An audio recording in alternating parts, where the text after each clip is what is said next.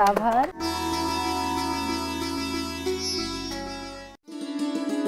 महाराष्ट्र राज्य हिंदी साहित्य अकादमी की ओर से हिंदी दिवस की शुभकामनाएं।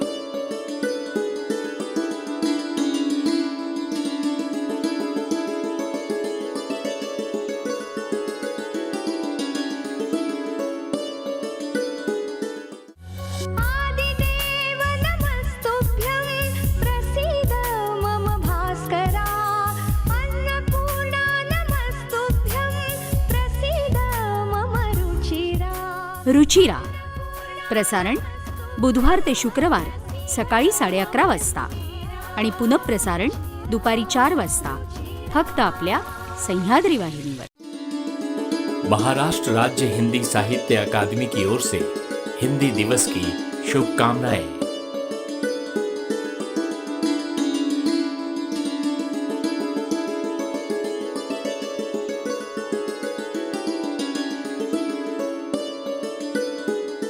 मराठी साहित्यावर आधारित कार्यक्रम वाचू आनंदे वाचू आनंदे सोमवार आणि मंगळवार रात्री 8:30 पुनःप्रसारण बुधवार आणि गुरुवार रात्री 10 वाजता फक्त आपल्या सह्याद्री वाहिनीवर। महाराष्ट्र राज्य हिंदी साहित्य अकादमी की ओर से हिंदी दिवस की शुभकामनाएं।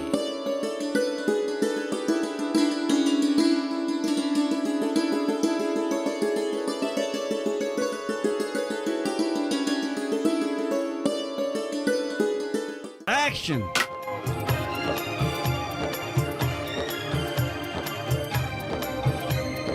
तराने पुराणे सोमवार ते शुक्रवार सकाळी 8 वाजता, सोमवार ते गुरुवार सायंकाळी 5 वाजता आणि रात्रो 10:30 महाराष्ट्र राज्य हिंदी साहित्य अकादमी की ओर से हिंदी दिवस की शुभकामनाएं।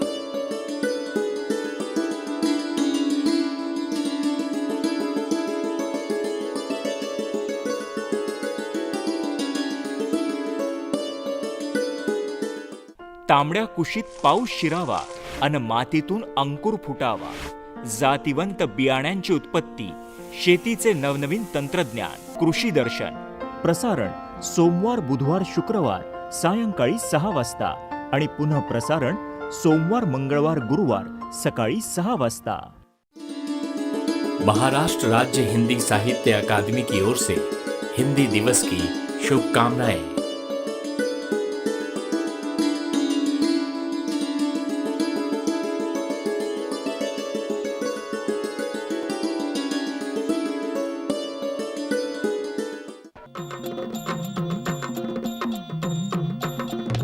गीत रांगोळी दर गुरुवार सायंकाळी 5:30 शनिवार सकाळी 11:30 आणि रविवार सायंकाळी 6:30।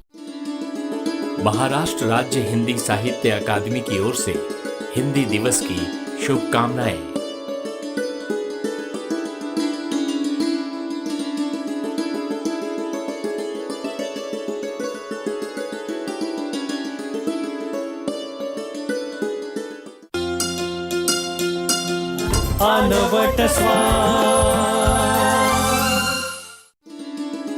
महाराष्ट्र राज्य हिंदी साहित्य अकादमी की ओर से हिंदी दिवस की शुभकामनाएं।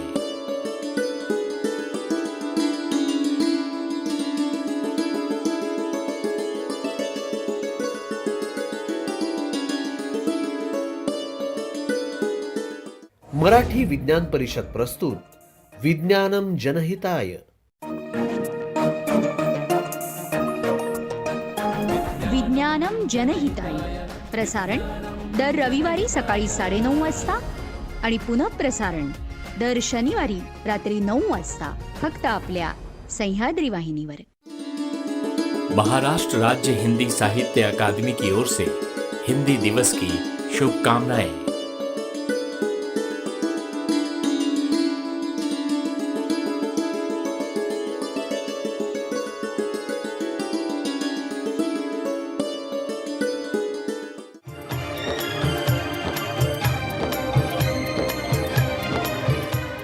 चित्रगीत शुक्रवारी सायंकाळी 5 वाजता, शनिवारी सायंकाळी 6:30 रविवारी सकाळी 8 वाजता आणि रात्री 8 वाजता. महाराष्ट्र राज्य हिंदी साहित्य अकादमी की ओर से हिंदी दिवस की शुभकामनाएं.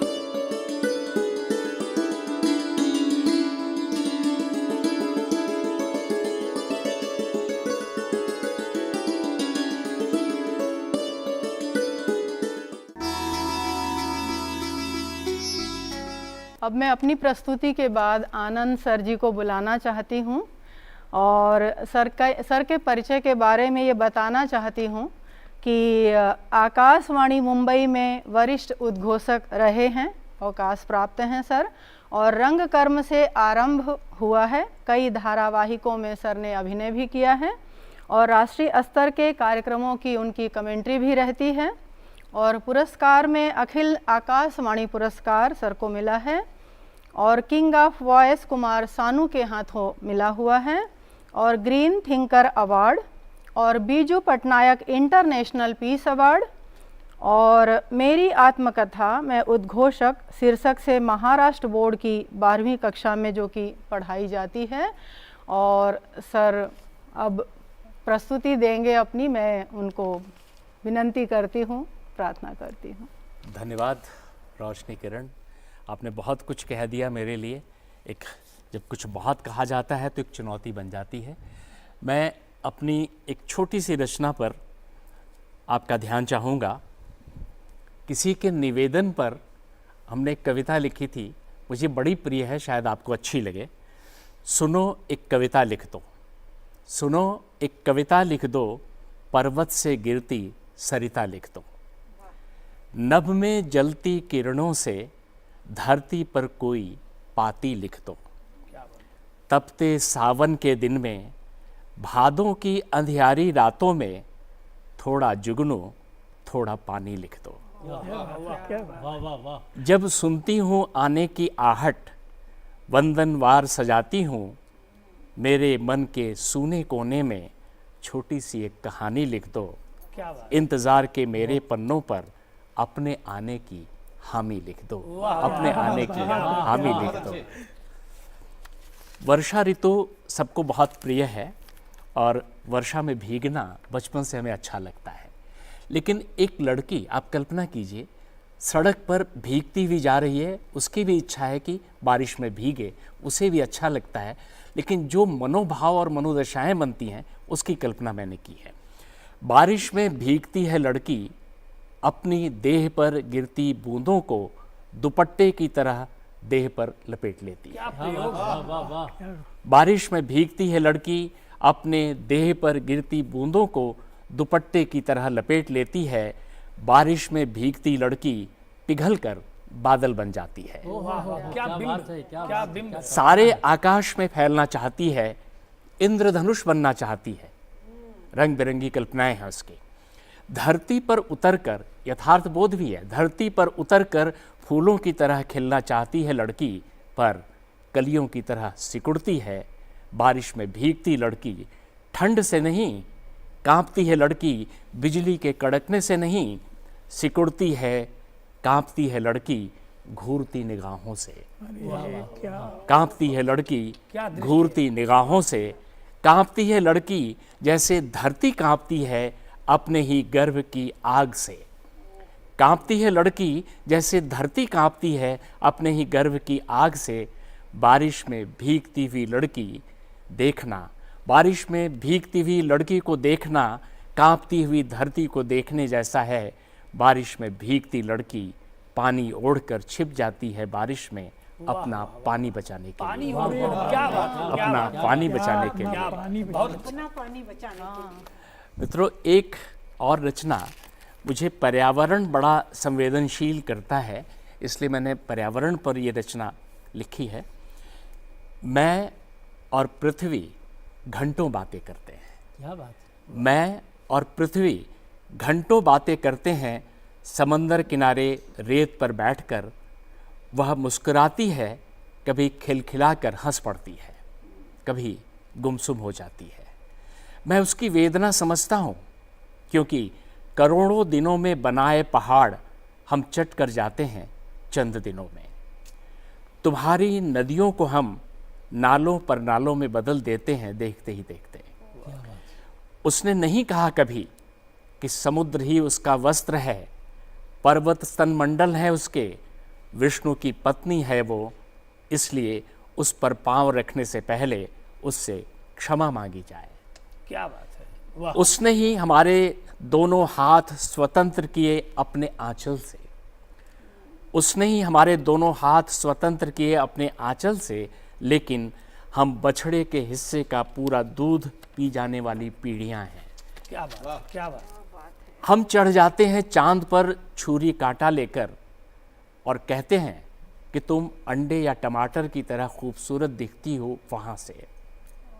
माता, माता, हम निकालते जा रहे हैं खनिज तेल तुम्हारी धमनियां काट काट कर, तमाम नदियों के उद्गम स्थल पाट दिए हैं हमने, प्लास्टिक की रंगीन बोतलों से पहाड़ों की चोटियों पर लहरा रहे हैं हमारे पॉलीथीन के सतरंगे झंडे, लेकिन किसी से नहीं कहती हो तुम कि पेड़ों पर चला कुल्हाड़ा काट डालता है मानवता के पांव। वाह वाह, क्या वेदना। बहुत खूब। मुझसे बिगाड़ करती हुई मिट जाएंगी तमाम बलशाली प्रजातियां, किसी से कुछ नहीं कहती तुम, अपने लिए न सही सबके भलाई के लिए ही सही, आने वाली पीढ़ियों के लिए रुके मानव जाति का कहर। लेकिन माँ, तुम्हें लहूलुहान होने से बचाने के लिए आज हम इकट्ठा हुए हैं। आज हम इकट्ठा हुए हैं तुम्हारे श्रृंगार के लिए, तुम्हारे लिए हम फिर से हरी साड़ी लाए हैं। वाह वाह, हरी साड़ी लाए, वाह। तुम्हारे लिए हम फिर से हरी साड़ी लाए हैं, फिर से श्रृंगार करो माँ। मैं और पृथ्वी कुछ ऐसी ही बातें करते हैं इन दिनों प्रयाग में गंगा किनारे, महाराष्ट्र में गोदावरी किनारे। मैं और पृथ्वी देश की तमाम नदियों के किनारे रेत पर बैठकर अक्सर बातें किया करते हैं। क्या बात, क्या बात, बहुत बहुत बहुत। अब अंतिम पड़ाव पर हम पहुंच गए हैं। डॉक्टर शीतला प्रसाद दुबे, या हम यूँ कहें कि प्रोफेसर शीतला प्रसाद दुबे, केसी महाविद्यालय में हिंदी विभाग के अध्यक्ष के रूप में अपनी सेवाएं अर्पित की। 1.5 दर्जन से अधिक विद्यार्थियों को शोध संपन्न कराया आपने, और 13 पुस्तकें आपकी प्रकाशित हुई हैं। यात्रा वर्णन इतना सुंदर करते हैं, ऐसा लगता है कि हम स्वयं यात्रा पर हैं और उस पर्यटन स्थल पर पहुंच गए हैं। इस शहर में, महाराष्ट्र में, पूरे देश में आयोजनों की अध्यक्षता के लिए हमेशा डिमांड में रहते हैं। कई बार तो इन्हें मैं कहता हूं कि आप Guinness book of world record में शामिल हो जाएगा आपका नाम, इतने अधिक आमंत्रित होते हैं। बहुत संवेदनशील रचनाएं आपकी होती हैं।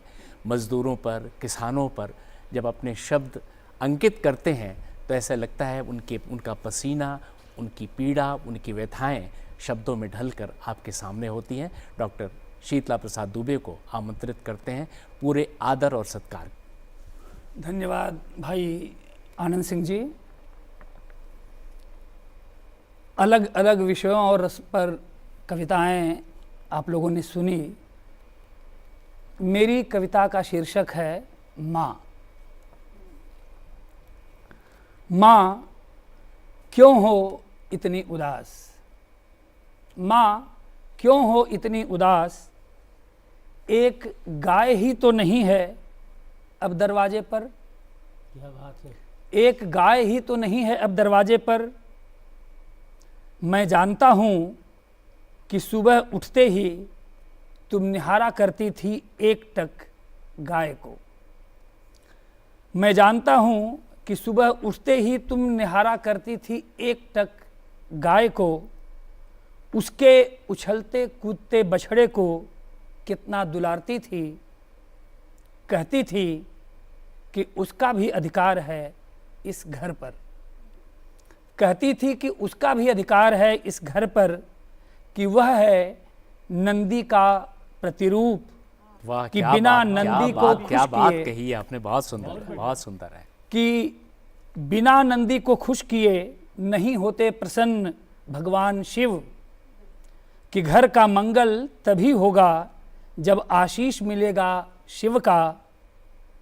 माँ रसोई में बनी पहली रोटी साफ साफ निकाल देती थी गाय के लिए।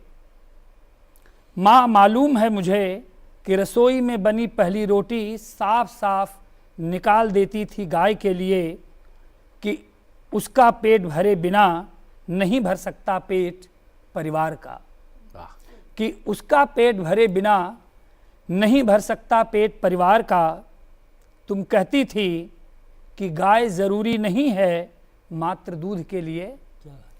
तुम कहती थी कि गाय ज़रूरी नहीं है मात्र दूध के लिए, उससे रहती है रौनक दरवाजे की, उसकी सेवा से प्रसन्न हो जाते हैं सभी देवता, उसके आशीष से ही फलता फूलता है परिवार पूरा, उसके होने से ही लहलहाती हैं फसलें, भरा रहता है भंडार, कि नहीं समझो उसे निरा पालतू पशु।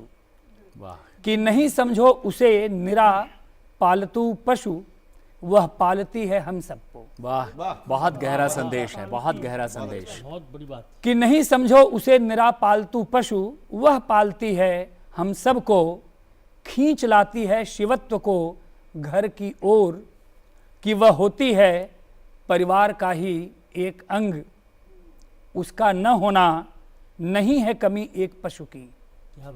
उसका नहीं होना नहीं है कमी एक पशु की, है परिवार के एक अंग का नहीं होना। है परिवार के एक अंग का नहीं होना।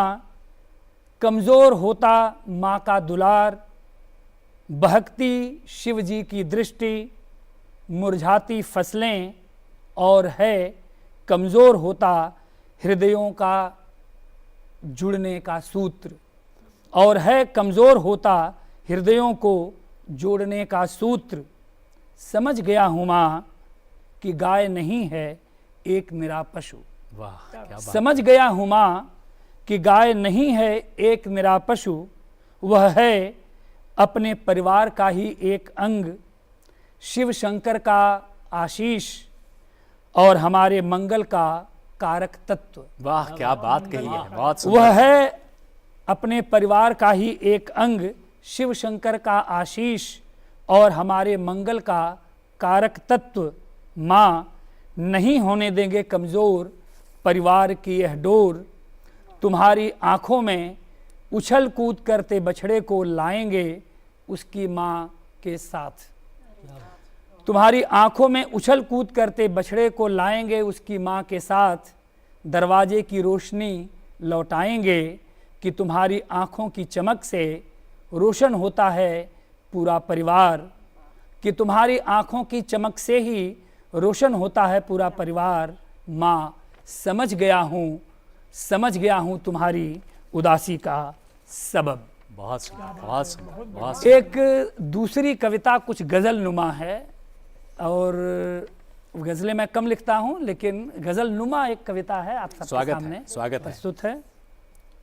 हम क्या कहें किससे अब कौन सुने, हम क्या कहें किससे अब कौन सुने, अच्छा है चुप रहें आप ही समझ गुने। वाह, वाह।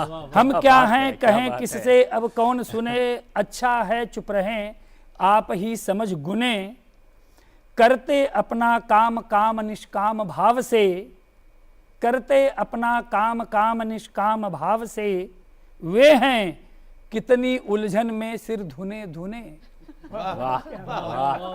बारिश में जो बोया अंकुर है निकला, बारिश में जो बोया अंकुर है निकला, परेशान हुए बहुत जो बोए चने घुने। चेहरे पर है हंसी खुशी छाई है मन में, चेहरे पर है हंसी खुशी छाई है मन में, छोड़ रस भरे गीत निरस तुम मीत चुने, खुलकर हंसो करो बातें अच्छी मन भावन, खुलकर हंसो करो बातें अच्छी मन भावन, क्यों रहते हो बैठे ऐसे जले भुने। खुलकर हंसो करो बातें अच्छी मन भावन, क्यों रहते हो बैठे ऐसे जले भुने, क्यों बैठे हो चिंता में आओ मिलकर हम, क्यों बैठे हो चिंता में, आओ मिलकर हम अपनी कमियां खोज स्वयं की आज सुने। वाह, अपनी कमियां खोज स्वयं की आज सुने। धन्यवाद। बहुत बढ़िया, बहुत बढ़िया।